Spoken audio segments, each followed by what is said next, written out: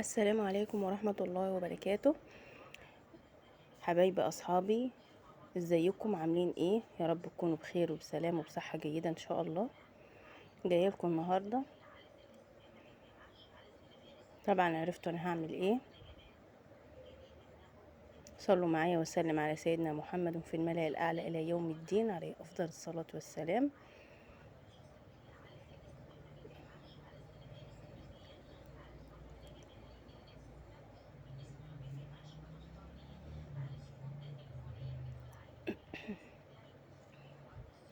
حبايبي أصحابي، النهاردة هنعمل مكرونة بالبشاميل مع بعض. اعذروني مش قادرة اتكلم قوي. دلوقتي بنسلق المكرونة مع بعض علشان اللي مش يعني علشان لسه انا اولى مطبخ لسه ولسه بيتعلموا ولسه امامير كده ويساعدوا مامتهم. بنعمل حاجات بسيطة على قدنا كده. بنسلق المكرونة، بعرفهم ببساطة جدا ايه اللي ممكن يعملوه بكل سهولة من غير ما يتعبوا نفسهم ولا حاجة صعبة يعني قوي. حلة تحطيها تمليها مية على البوتاجاز. تحط فيها معلقتين ملح كبار، وتحط فيها معلقتين زيت، وتسقطي المكرونة اللي انت هتعمليها ايا كانت اي نوع المكرونة. لازم تحط في المية معلقة زيت. تعالي نعمل بقى البشاميل. دلوقتي صفيت مكرونتي، مرضتش اكتر، انا عاوزة اعمل البشاميل بطريقة مختلفة عن كل مرة ما بعملها معاكم. حطيت 3 معالق سمنة كبار، حطيتهم في الطاسة اللي قدامكم دي. ده الدقيق بوريهولكم، معدل كده يجي 7 معالق دقيق.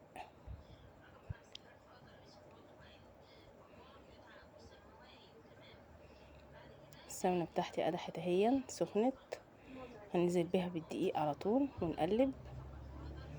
عايزه اشم ريحه الدقيق. انا اول نوبه اعمل، يعني مش اول نوبه، انا عملته قبل كده بقاله كتير، بقالي فتره ما نسيت البشاميل بالطريقه دي. ما بقتش اعمله بالطريقه دي، بعمله بالطريقه التانية اللي كنت عاملاها. ارجعوا في الفيديوهات اللي فاتت بتاعتي، كنت عاملاها قبل كده ومنزلها اول مره. ده بقى حطيت الدقيق على السمنه،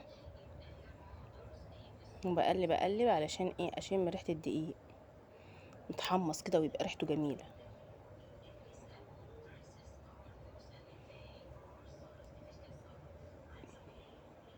تمام. صلوا وسلم على سيدنا محمد في الملأ الأعلى إلى يوم الدين معايا. حبايبي أصحابي، وأنا بتشرف بمتابعيني حبايبي. وبشكرهم جدا لدعمهم ليا. ويا رب كده دايما نكبر مع بعضنا، ونبقى عيلة كبيرة كده إن شاء الله. واتشرف بيكم دايما. ويا رب أفكاري تعجبكم، ويا رب كل جديد بقدمه يعجبكم. ولو ما فيش اي جديد برضك يا ربي تقولوا لي اعجب لكم ايه واعمل لكم ايه. دلوقتي انا حطيت فلفل اسود على الدقيق عشان اشم ريحته برضك احلى واحلى. هتقولي واحنا بنحط الفلفل الاسود دلوقتي يا هبه؟ بس يعني جربوا اللي انا بعمله ده وهتدعوا لي جدا، وهتقولوا لي ايه رايكم في الكومنتات، وهتشوفوا بجد بجد شم ريحه الدقيق كأن بجد الريحه نفاذه. حطيت سمنه كمان لما حسيت انها مش كتيره، حطيت معلقه صغيره كمان كده بسيطه.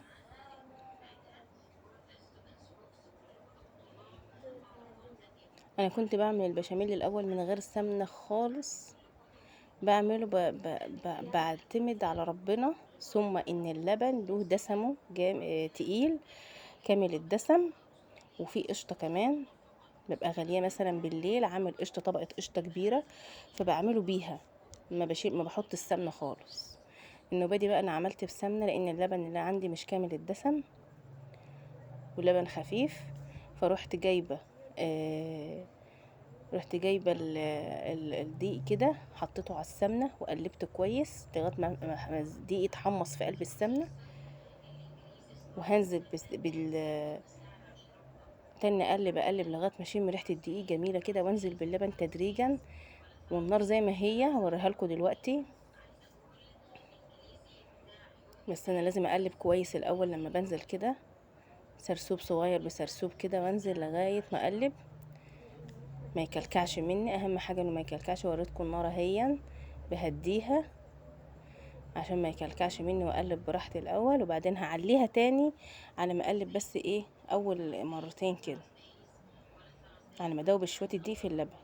شويه العجينه اللي انا عملتها في السمنه دي ادوبها في اللبن، بحيث ان خلاص زي بقت عجينه بسيطه كده. كل ما اعملها تتقل مني، كل ما اعملها تتقل مني. فاقوم انزل بيه مره واحده بقى.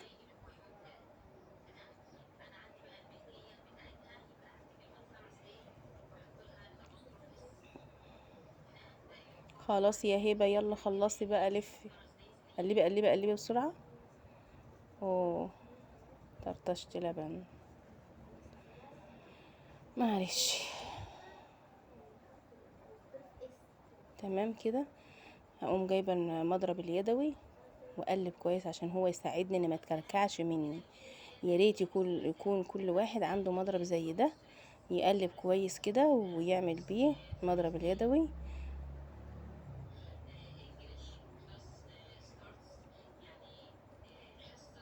في مضارب جميله قوي، في ناس بتضربه، بتشيله بالطريقه دي وتضربه في الخلاط، او في خلاط يدوي بالكهرباء اللي هو الهاند بلندر. في ناس بتقوم عامله الحركه دي اللي انا عملته ده، بس يقوموا واخدينه كده على البارد بعد ما حطوا اللبن بالعجينه بتاعته، ويقوموا ضاربينه في الخلاط. انا هوريكم دلوقتي ان شاء الله بقى، عشان هو الحمد لله يعني انا بالنسبه لي يعني سهلك مني في ايدي في الحاجه على طول. هيطلع معايا ازاي دلوقتي، وهيبقى جميل قوي قوي قوي، وهيعجبكم جدا جدا. بس جربوه واتكلوا على الله كده، واللي يتكل على ربنا وان شاء الله ويبقى واثق من نفسه وهو واقف في مطبخه وبيعمل الحاجه كويس، هتطلع في ايده كويسه جدا ان شاء الله. وعايزه البنوته اللي داخله المطبخ كده يكون عندها ثقه في نفسها، انه هتطلع الطبخه دي او هتطلع الحاجه اللي قدامها دي بجداره. ومش لازم تكون هتطلع بجداره قوي قوي، يعني المره الجايه تتعوض اكتر. ده انا حطيت دلوقتي دجاج لحمه عندي بودر كده، حطيت معلقه بسيطه كده على ذره كمون بسيطه يدي نكهه. واحط ملح دلوقتي، اتني اقلب اقلب اقلب كده لغايه ما تتقل معايا، واشوف البقبقه بتاعتها. اما تبقبق كده اقوم شايلها من على النار، اعرف ان هي خلاص. ما بقول لكم اهيت لازم تعملوها كده بالطريقه دي، سريع سريع سريع كده علشان ما يكلكعش منكم. شوفوا اهوت كله فك دلوقتي معايا في التقليب ده، ومفيش حاجه مكلكعه معايا هي. انا تنتني ماشيه خطوه خطوه، ما رضيتش افصل الكاميرا علشان تشوفوا خطوه خطوه في التقليب. ايدي ما بطلتش وما سبتوش ومشيت، ولا رحت هنا ولا هنا، تنتني واقفه اقلب اقلب. ما ينفعش تسيبيه وتروحي تعملي اي شغلانه تانية.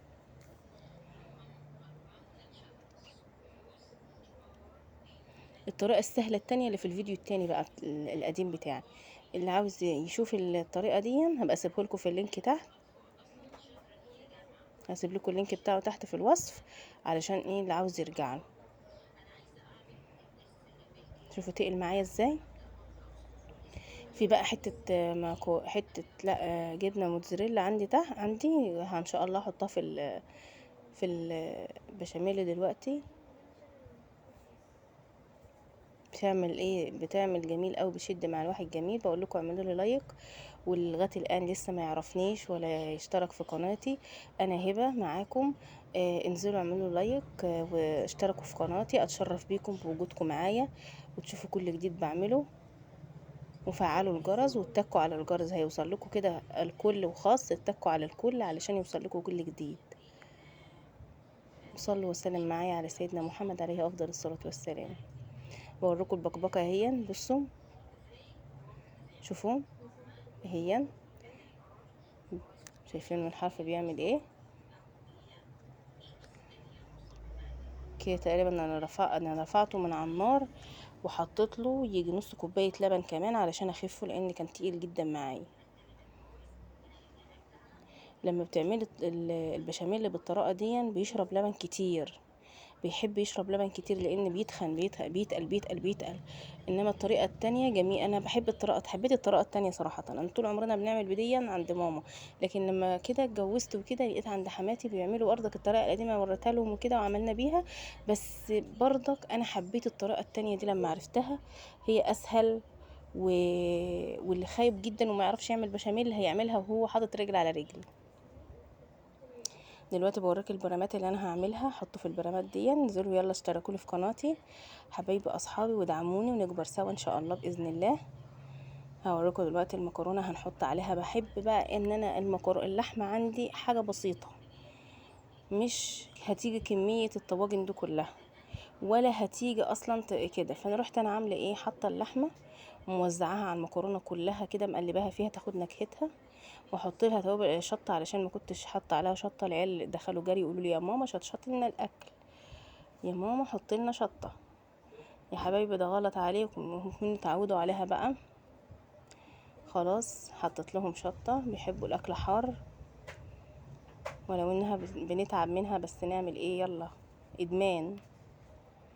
الشطه دي بقت ادمان.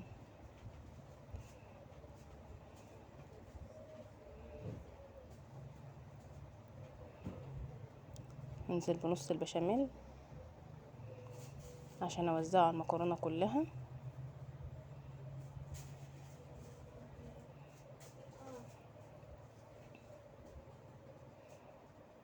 واقلب اقلب اقلب لغايه ما اجيب ارضيه الحله. نجيب قاع الحله من فوق لتحت كده، نقوم نتاكد ان البشاميل نال من كل مكرونايه.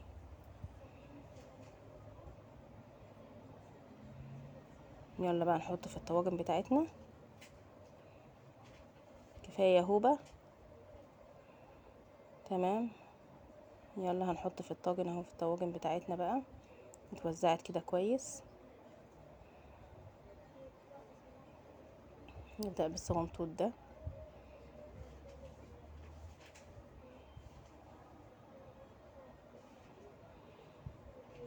ولازم نكبس المكرونة كويس لما نحطها في الطاجن.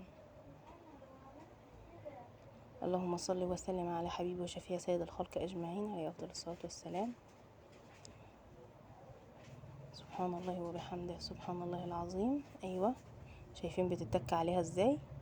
تك تك يا هوبة، تجمديها بحيث انها تطلع ايه، لما تيجي تعملي الخرطة تطلع. بس هو القالب لما تيجي تقلبيها يتقلب.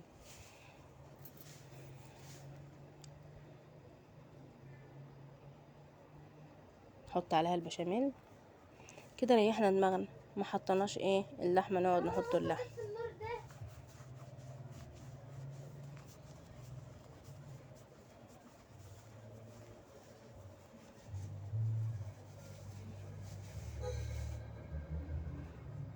هنحط بقى في الطواجن التانية، نعمل نفس الطريقه وريتها لكم اهي الطاجن التاني.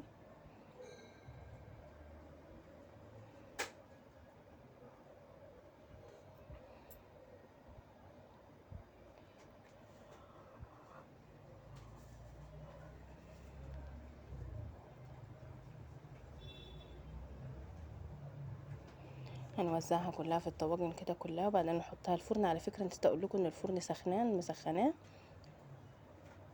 يعني انا كده مشغله الفرن وانا ببدا يعني، مش وانا بسلقها يعني، مشغله الفرن من بعد ما عملت البشاميل كده، بحيث ان احط الطواجن يكون الفرن ساخن على درجه 200.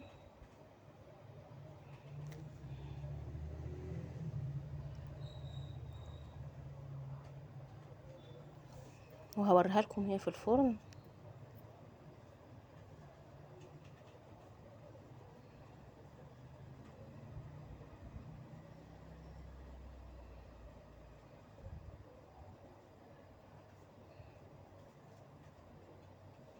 بحب البشاميل يكون مش تقيل ولا خفيف، ويكون متوزع على المكرونية كلها. لما بيكون متوزع على المكرونية كلها بيبقى جميل، ويبقى طعم المكرونية جميلة حتى لو ما فيهاش فراخ او لحمة. احنا كده خلصنا الكمية بتاعتنا، نحطها في الفرن. دلوقتي انا بوريكم، انا كنت حطيت الموتزاريلا عشان كنت ناسياها، فعملت خيوط ازاي جميلة، بتشد ازاي.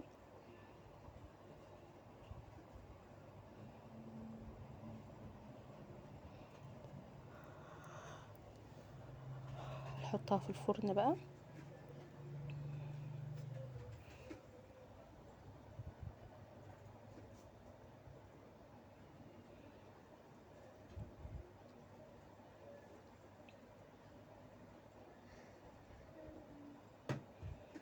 طلعناهم اهمت، شوفوا شكلها وجمالها بقت جميلة ازاي، ولا طعمها بيبقى خطير فعلا. هي الطريقة دي صعبة شوية، بس ايه يعني مش صعبة، هي اللي مش واخد على طريقة البشاميل هتبقى تقيلة عليه شوية، ممكن يكلكع منه شوية، بس هو شيء موردكم كده مكلكعش اهوت وكان جميل.